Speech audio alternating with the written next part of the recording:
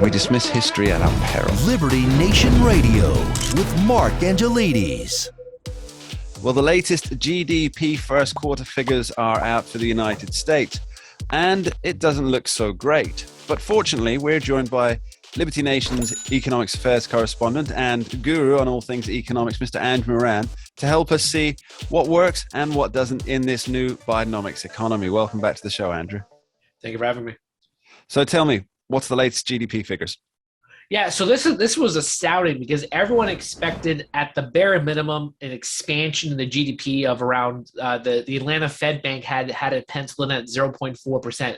This number that came out on the morning of April 28th, negative 1.4%. This is the first contraction of the economy since the second quarter of 2020, and it took everyone by surprise. No one, I think, the number I saw of the 70 analysts that provided their projections, only 5 of them expected a decline.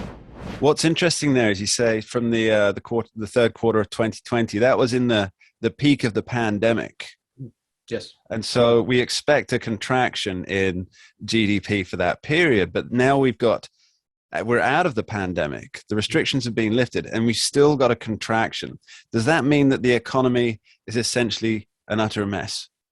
Well, there are many factors when it comes to the GDP report that showed why it fell. So one of the big things that all the mainstream media outlets are focusing on is that business inventory accumulation actually contracted during this period.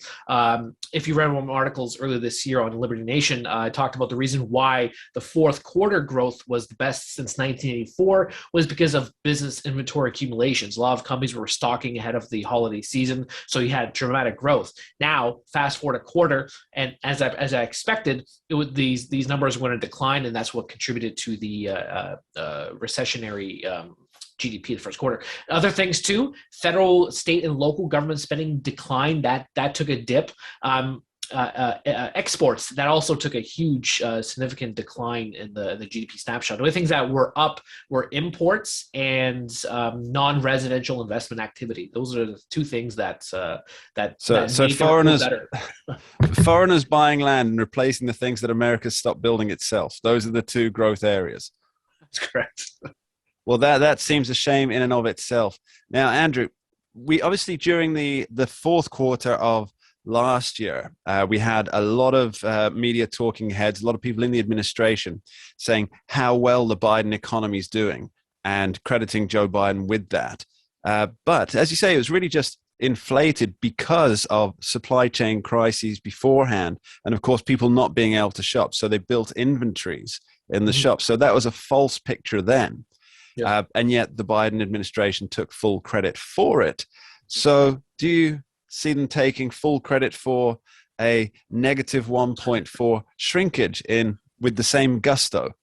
Oh, no, I expect, just like inflation, it was Putin's price hike. I guarantee you in the coming weeks or heading into the midterms, it's going to be Putin's recession if the second quarter also has a negative reading of the GDP. And what's interesting, too, is that before the GDP came out, the White House, they always do this now before every major economic report that shows an abysmal snapshot of the economy. So, 2 officials said, oh, well, this is only because of a specific thing, the economy, but overall, the economy is doing very well. But you can't really buy into that because, first of all, yes, consumer spending in that GDP number was higher. But why was it higher? Because people had to spend more because of higher inflation. The personal savings rate also dipped 1%. Why is that? Because more people are eating into their pent-up savings to help cover this cost of living crisis. And the supply chain snafus, I mean, that's not improving anytime soon either. You still have the backlogs. You have the high traffic volumes in the coast of China and in the coast of the west coast of the United States. So overall, there's so many factors adding to this.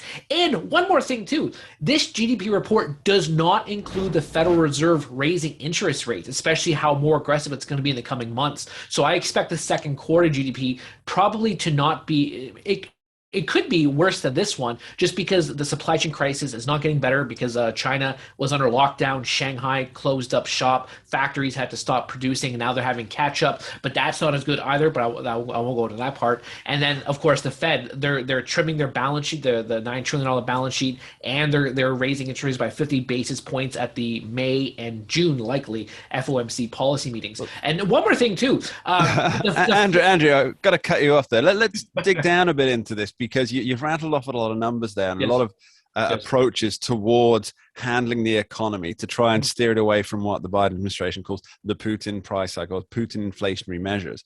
But we heard Chuck Schumer, the majority Senate leader, the other day say that the way to get out of this inflationary mess was to raise taxes. What's your analysis on that? But see, no, that's not the way. It's not the way to do it. Here's how you trim inflation. You stop printing money. You cut federal spending, and there you go. That's how you can help lower inflation. So, Andrew, you've said a lot of naughty words today, like the federal government cutting back on spending. My goodness, you're going to put people into paroxysms here. Now, I also heard you mention another dirty word, at least twice so far during this chat, and that's the R word, the recession word. Now, a lot of people will be saying that this is not a technical recession that we're headed towards. There's not a recession that we're headed towards. And we're also going to hear people calling out that we are headed full steam ahead to a recession. Now, could you just give us the technical indicators of a recession? Well, the main definition of a recession is 2 straight quarters of negative growth. So if the second quarter shows, let's say, I don't know, negative 0.9%, that's a technical recession. So the U.S. would be in a recession. If you look at a lot of market analysts say, I mean, the big thing is that stagflation is the more likely outcome. And then when we talk to other analysts, as I've done in recent weeks, they call it a growth recession, whereby, there would be growth, but it wouldn't match long-term averages of at least 1.5%. You and I have talked about this word, growth recession, before, Yeah. Andrew. It's similar to empty calories, as in it's almost an oxymoron in itself. Could you give us a little more detail on a growth recession? Because we are going to be hearing that term a huge amount, because it's a lot nicer than just saying we're in a recession.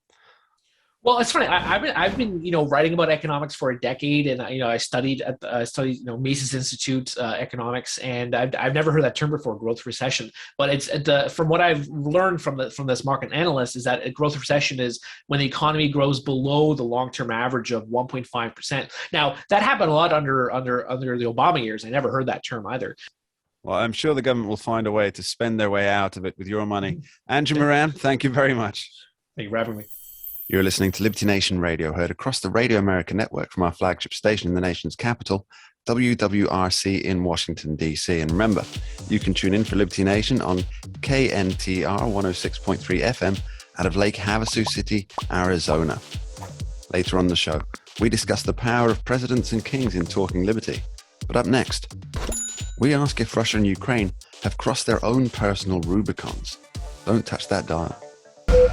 We dismiss history at our peril. Liberty Nation Radio with Mark Angelides. We're doing it for real, really real. Liberty Nation. And Jeff Charles, contributor for I think LibertyNation.com. we're starting to make an impact. Liberty style, fight for freedom. Daily tracking poll sponsored by Liberty Nation for Guess what? Thursday. We're sure. Mentioned by Dan Bongino, Rasmussen, Jordan Peterson, and I others. can do it again if you want me to. Cited in Mark Levin's American Marxism. I think we're starting to make a really big impact. Get noticed. We're doing it. Rock on. I'm gone.